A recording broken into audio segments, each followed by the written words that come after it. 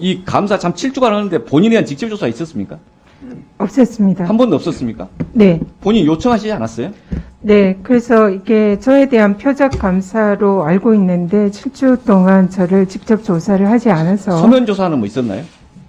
자료 요구는 한번 자료 있었습니다. 요구에 대한 응했지 뭐 서면 조사에 뭐 사실 설명 그런 건 없었던 없었습니다. 거고. 조사도 없이 지금 7주간 동안 전현희 위원장 쫓아내고자 하는 별별 시도가 다 있었던 거네요. 그렇게 보입니다. 다음 페이지에 보시죠. 서해 공무원 피격 사건 유권 해석이 여 관계된 분들이 많습니다. 여러 사람들이 있는데 하여간 차근차근 기록을 쌓고 있습니다.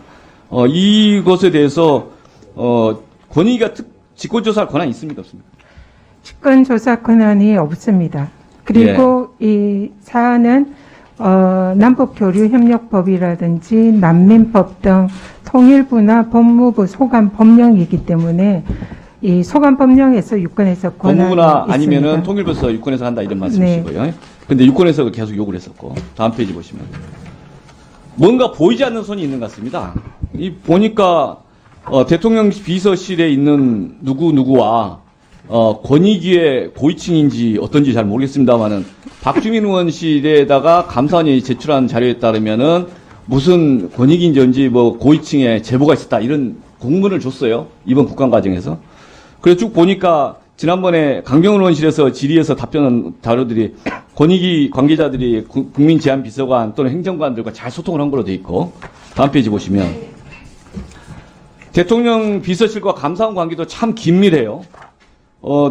감사원장의 태도 자체도 이제 그 당시에 국민의힘 우리 존경하는 법사위원장께서도 뜨악했는데 이상한 태도를 취했죠. 지원기관이라고. 그런데 유병호 사무총장도 독특한 발언을 했었고 유병호 사무총장이랑 여기 권익이 있는 사람이 친분 있는 사람이 있습니까? 저는 개인적으로는 알지 못합니다. 뭔가 하여간 긴밀한 것 같아요.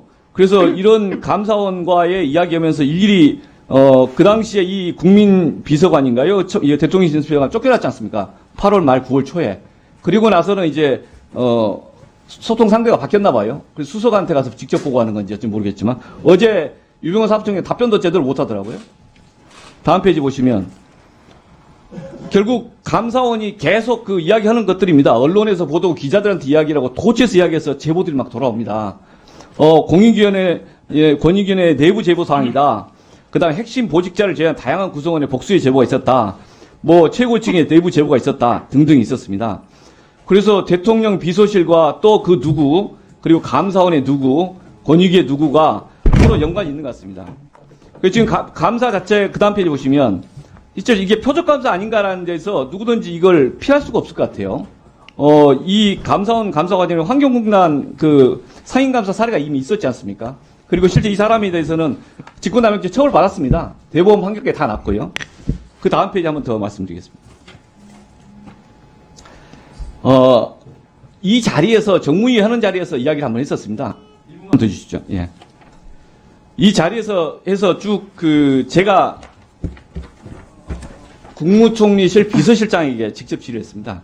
자료집에 뒤에 다 실어놨습니다. 그 질의 내용과 비서실장의 답변을.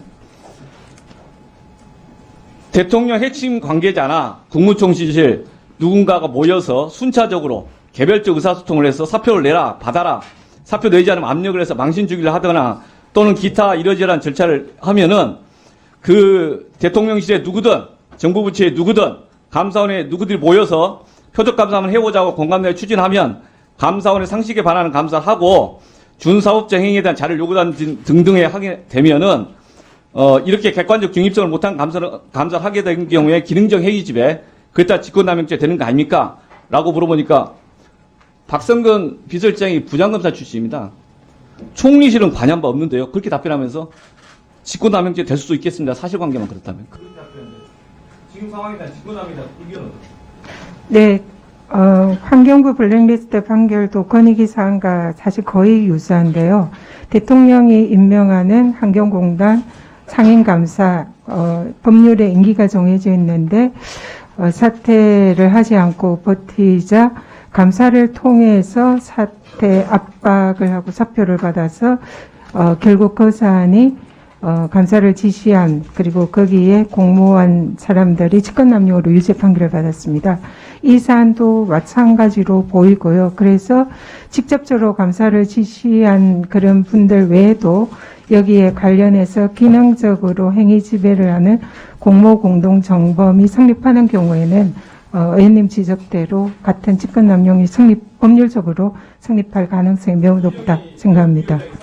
사퇴를 했습니다. 네, 맞습니다. 네, 똑같은 사안입니다. 네.